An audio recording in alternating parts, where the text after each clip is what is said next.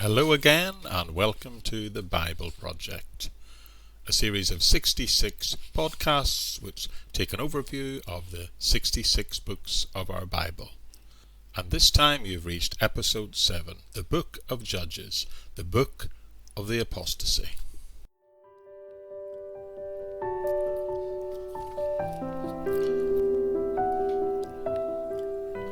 The Book of Judges is in many ways one of the saddest books in the Bible. In Joshua there were many great victories, but in Judges there is repeated defeat. In Joshua there was great progress. In Judges there appears to be just consistent decline. In the previous book there was faith, but in this book there is unbelief. In Joshua there was freedom. In Judges there is bondage. Numbers was also a sad book, as it documented for us the 40 years of the wilderness wanderings because of unbelief.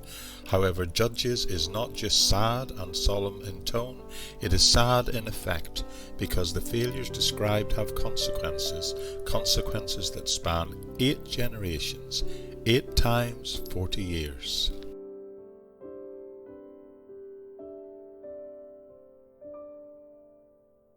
The title of the book is the name of the leaders, the judges who were in charge during this period, when the nation of Israel was a loose coalition of civil and military leaders.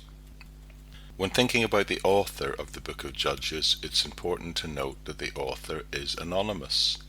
The Talmud attributes the book to Samuel, who was an author. We are told that in 1 Samuel 10:25. So it's likely that it could have been Samuel, or perhaps one of his prophetic students that probably wrote it. Judges was written after the death of Samson. We know this because the book records his death, and he died in 1051 BC. The book also repeatedly said, "In those days there was no king in Israel." We hear that refrain in Judges chapter 17, 18, 19, and indeed chapter 21, implying that at the time of writing there was probably a king. So it seems likely the book was written after the commencement of Saul's reign, but before the division of the kingdom. The most helpful clue to the dating of the book is in Judges chapter 1 verse 21, where it says that the Jebusites were dwelling in Jerusalem to this day. This means that it was written before 1004 BC, which was when David disposed of the Jebusites, and we hear that described for us later when we get to 2 Samuel chapter 5. Thus, the book of Judges we can fairly accurately surmise that was written somewhere between 1043, which is the beginning of Saul's reign, and 1004, David's capture of Jerusalem. Some Bible experts suggest it was written around 1040 BC. The recipients of the book of Judges lived either just before or just after the king was crowned in Israel, when they didn't have a king and everyone did what was right in their own eyes, as the text said. There was need for a king, it was believed, to give order and stability to Israel. The book of Judges deals with the events of Israel during the 200 years that followed Joshua's conquest of Canaan. Israel under Joshua had won a great victory. People had not been fully obedient to God's command to destroy all the Canaanites. As a result, those Canaanites who were left in the land became a source of trouble to Israel, both religiously and politically. During this period, Israel developed a pattern that is repeated many times in the book of Judges. Time and time again, Israel turns away from God, copies the religious practice of the Canaanites, and become politically weak, and finally fall under the power of the neighboring tribes or nations. But God is seen on repeated occasion to use these enemies to punish his disobedient people.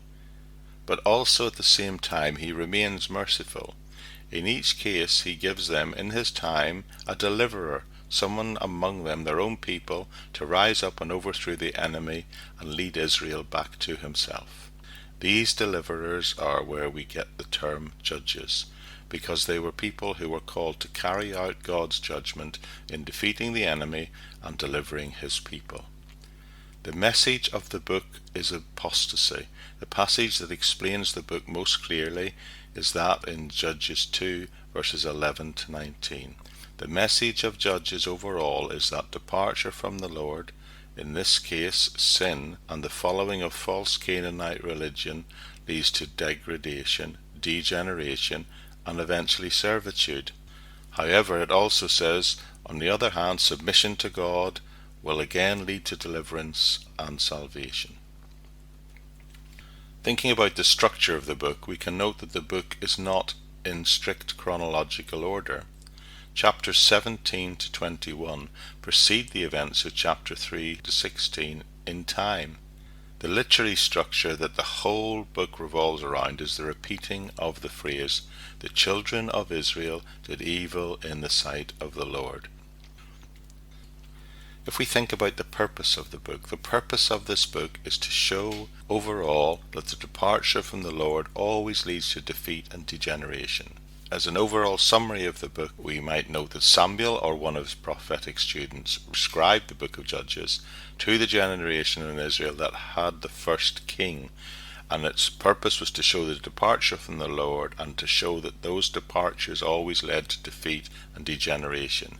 Yet, even so, God repeatedly is seen to deliver his people by raising up judges, and he even agrees to meet their desire for a king. Departure from the Lord leads to defeat. God in his grace will always be willing to deliver us again when we turn back to him.